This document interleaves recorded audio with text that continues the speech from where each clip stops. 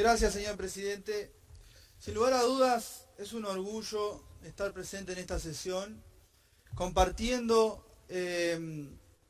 esta instancia histórica para el Uruguay. Es un orgullo, además, compartir la visión y las ideas de mis compañeras y compañeros de bancada del Frente Amplio que me precedieron. Es un orgullo, además, tener un grupo de trabajo como el que tenemos en el Frente Amplio respecto a este tema, que lo hemos trabajado de forma bicameral. Es un orgullo, además, escuchar con tanta sensibilidad y con tanto compromiso varios de los debates. Y es un orgullo también coincidir con muchas posiciones que normalmente no logramos coincidir en este Parlamento y que con temas sensibles, socialmente sensibles y humanamente sensibles, logramos tener puntos de acuerdo, como es el caso de algunas legisladoras y algunos legisladores de la oposición que, aún con sus puntos de vista discordes en algunas particularidades, van a estar apoyando este proyecto de ley. Por tanto, señor presidente, es una enorme alegría ver las barras llenas de gente, ver las barras llenas de pueblo, ver las barras llenas de tanta esperanza, de tantos sentimientos y de gente que opina de una forma o de otra, pero que se acerca a la Casa de la Democracia a contemplar este debate que sin lugar a dudas es muy importante para el pueblo uruguayo. Como todo tema controversial, hay visiones en la opinión pública y en este Parlamento, visiones discordes, visiones controversiales, que además son controversiales en la medida de que la construcción cultural referido al tema ha sido controversial. Porque cuando hay una parte de la sociedad oprimida, es porque existe otra que la oprime. Y cuando hay intereses que no se pueden llevar a cabo porque son los intereses de las minorías, es porque existe una mayoría que tiene otros intereses y que pasa por encima de esos intereses de la minoría. Entonces, esa controversialidad que existe es una construcción cultural. Por eso este hecho, este hito que hoy estamos viviendo, es importante porque pone sobre la mesa un debate que es ni más ni menos que la discusión colectiva de toda la sociedad en un tema que es tabú, en un tema que fue prohibido por décadas y en un tema que despertó odios y amores. El Parlamento uruguayo tiene a consideración este proyecto de ley integral para personas trans desde hace 1 año y medio. Es un sistema bicameral, sin lugar a dudas, pero hace 1 año y medio que todos los legisladores y todos los legisladores sabemos que este proyecto está y que podemos acceder a él, pudimos acceder a él, discutirlo, intercambiar y a través de nuestra diferente representatividad partidaria hacer los cambios que se requerían en el Senado de la República. Porque este proyecto de ley es ni más ni menos que la parte de la agenda de derechos que ha venido instalando la sociedad uruguaya con la llegada de los gobiernos del Frente Amplio y que tiene un corte profundo en el reconocimiento de nuevos derechos y en la institucionalización de otros tantos derechos que hasta el momento no estaban consagrados en el marco normativo de nuestra Constitución y de las leyes. Escribir en un marco normativo los derechos de las personas trans es una cuestión de reconocimiento a su libertad de elegir en paz, es además coincidir en la igualdad de los derechos y también es la posibilidad de coincidir en el respeto a la diversidad. La ley, y ojalá que sea ley, no obliga a los uruguayos y a las uruguayas a ser trans. Tampoco, como se ha instalado por algunos agentes públicos de este debate, va a generar largas colas en los centros de asistencia para cambiarse de sexo. La ley reconoce que existe un colectivo pequeño pero postergado históricamente que requiere ser tenido en cuenta, que necesita resolver los grandes problemas que acarrean generación tras generación por la segregación, por la discriminación y por la violencia que sufrió y sufre de parte del Estado y de la sociedad en su conjunto. En mi ciudad cuentan quienes peinan canas ya a esta altura, que existió un comisario en la dictadura, Atilio Delgado era su nombre, que reprimió y que torturó homosexuales, trans, prostitutas, por el solo hecho de serlo. Yo no lo viví, pero es una aberrante historia que surge en ese nefasto capítulo de nuestra sociedad y de nuestro tiempo político, como fue la dictadura cívico-militar, y que quienes lo cuentan como algo traumático.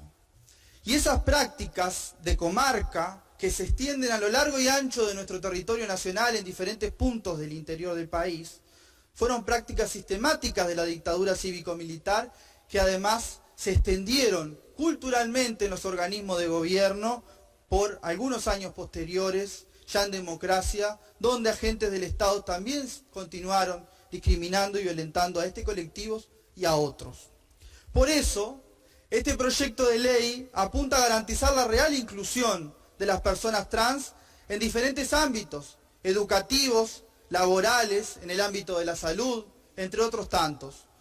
Y quiero aquí hacer una especificidad que es que no solamente apunta a generar garantías reales en la inclusión laboral, porque no todo tiene que ver con lo económico, con lo laboral y con la fuerza de trabajo, que sí es importante, pero no es lo único, porque también estamos preservando el derecho a ser en libertad y no necesariamente atado a un factor económico que por lo general nos impone el capitalismo. También la ley busca garantizar el acceso a la salud como un derecho de las personas trans, no pudiendo prohibirle la incorporación al Sistema Nacional Integrado de Salud o también otras formas de discriminación por su identidad de género. En esta área además se prevén intervenciones quirúrgicas y procesos de hormonización que ya se han estado hablando en intervenciones anteriores para la readecuación del cuerpo, tanto en los prestadores privados como en el prestador público que es ACE. Y yo creo, señor presidente, que la sociedad se moldea de acuerdo a determinados parámetros culturales preestablecidos al nacimiento de cada persona, que condicionan al ser humano desde la cuna y que sobran ejemplos en nuestra vida cotidiana para ello. El lenguaje, los gestos, la forma de expresión, las relaciones interpersonales que generamos, los valores, son algunos de los aspectos que el individuo va tomando de su entorno para ir construyendo su personalidad. Y esos estereotipos acarrean determinada forma de ver el mundo y nos indican lo que está bien, lo que está mal, lo que es justo, lo que es injusto, lo que es normal y lo que es anormal. Por lo general, el bien, lo justo y lo normal es en relación a mí y tomando como el yo el aspecto de referencia de comparación. De ahí es que surgen algunas expresiones como personas con capacidades diferentes a mí. Entonces, si todos tenemos diferentes capacidades, todas somos personas de capacidades diferentes. O peor aún, cuando se generan palabras y conceptos discriminatorios cargados de mucha violencia, como hablar del marica, del traba, en definitiva, aspectos denigrantes y descalificativos para negar lo que para otros es normal, pero como no soy yo lo que lo veo y el que vive eso, lo veo anormal.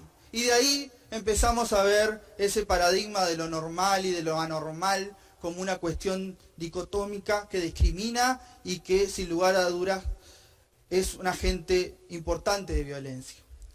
Las personas trans son seres humanos de carne y hueso que deciden sentir y quieren ser. Y tendríamos que tener un cartel gigante acá con la palabra ser, porque es tan difícil comprender que las personas tienen derecho a ser.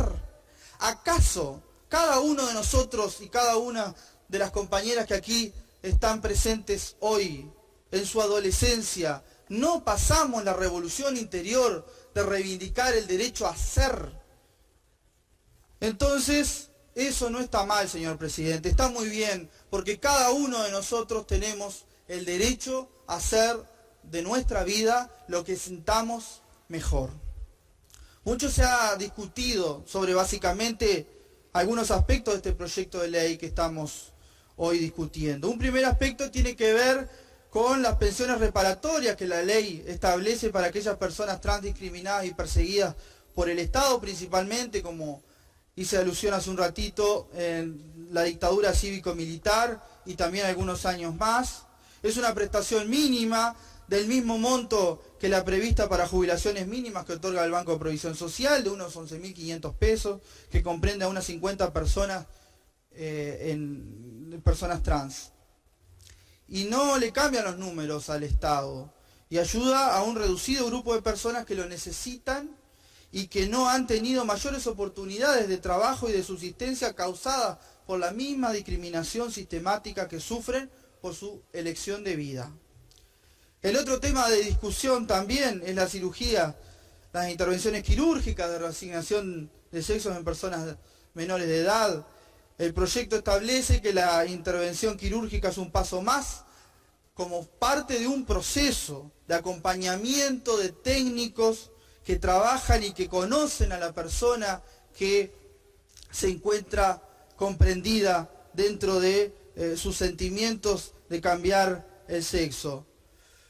Además, en este tema quiero hacer un paréntesis especial que hoy la diputada Lustenberg hacía mención y yo creo que es sumamente necesario hacer este paréntesis para destacar lo bueno que tiene nuestra sociedad y nuestro Estado, como es la atención de la Policlínica del Hospital San Bois en la materia en cuanto a la atención y al acompañamiento de las personas trans a lo largo de su proceso, del proceso que realizan. Porque es un centro de referencia internacional. Muchas veces tenemos eso de pensar y de mirar a Europa, de mirar Norteamérica, pensando que los ejemplos del primer mundo, entre comillas, son los mejores, pero nos olvidamos de que aquí en nuestro pequeño Uruguay también tenemos centros de referencia donde se hacen las cosas muy bien y donde técnicos y técnicas de nuestro país que son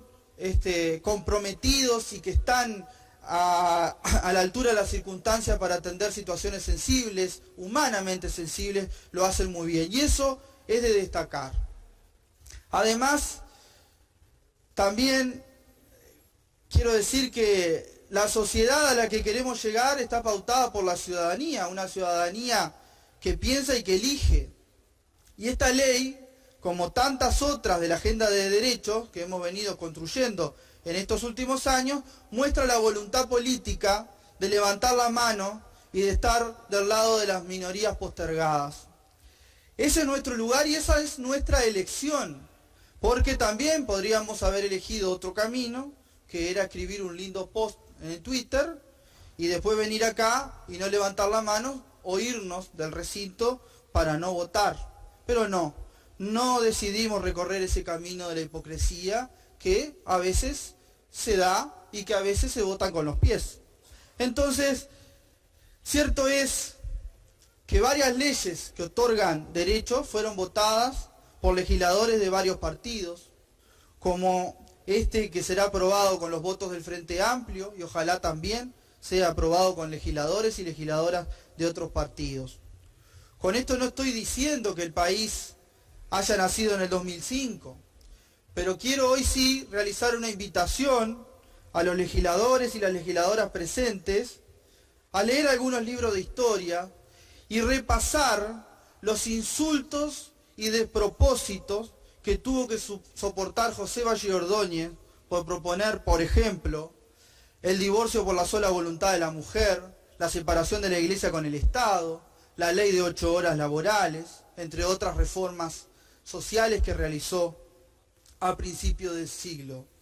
Hoy han pasado más de 100 años de aquella instancia, pero aparecen argumentos de similares características y de los mismos sectores sociales. Porque en el fondo, señor presidente, esta lucha también es una lucha de clase. Porque para la derecha, el derecho de propiedad es un derecho humano fundamental, es un derecho sagrado. Y para algunos, hasta está por encima del derecho a la vida. Y no votan ninguna ley que consagre derecho a ser felices, a decidir, a vivir como cada uno queramos, pero guarda si le tocamos el derecho a la propiedad. Entonces, esto es sin lugar a dudas un tema también de clase. Y aparecen discursos políticos reaccionarios en la opinión pública. Discursos políticos de principio de siglo, del mismo corte de aquellos discursos reaccionarios que se oponían a las reformas sociales de Valle y Ordóñez. Tiene la palabra el diputado Diego Reyes. Le concedo una interrupción a mi compañero Nicolás Viera. Puede interrumpir. Gracias, diputado, gracias, presidente. Decía que, observando la opinión pública, encontramos que hoy existen discursos reaccionarios del mismo tenor que aquellos que se oponían a las reformas sociales de Valle y Ordóñez. Porque esos discursos y estos discursos tienen a veces un tufillo más a Bolsonaro que a Valle y Ordóñez. Y hoy estamos legislando, señor presidente, una ley que no es lo óptimo, es simplemente lo posible, fruto de acuerdos y de equilibrios políticos y sociales. Hace algunos años un niño en un aula me preguntó cómo podíamos hacer para ser felices. Y yo en realidad no supe qué contestarle, porque cuando los niños preguntan a veces nos dejan sin respuesta. Y él mismo se respondió de que para él había que poner una ley que dijera a partir de hoy somos todos felices. Y en realidad una ley por sí sola no cumple ninguna función, sino la cargamos de compromiso y de mucho trabajo para poder hacer nuestros sueños realidad en ese marco normativo. Hace más de una década que hablamos de inclusión, se ha tomado mucha fuerza ese concepto.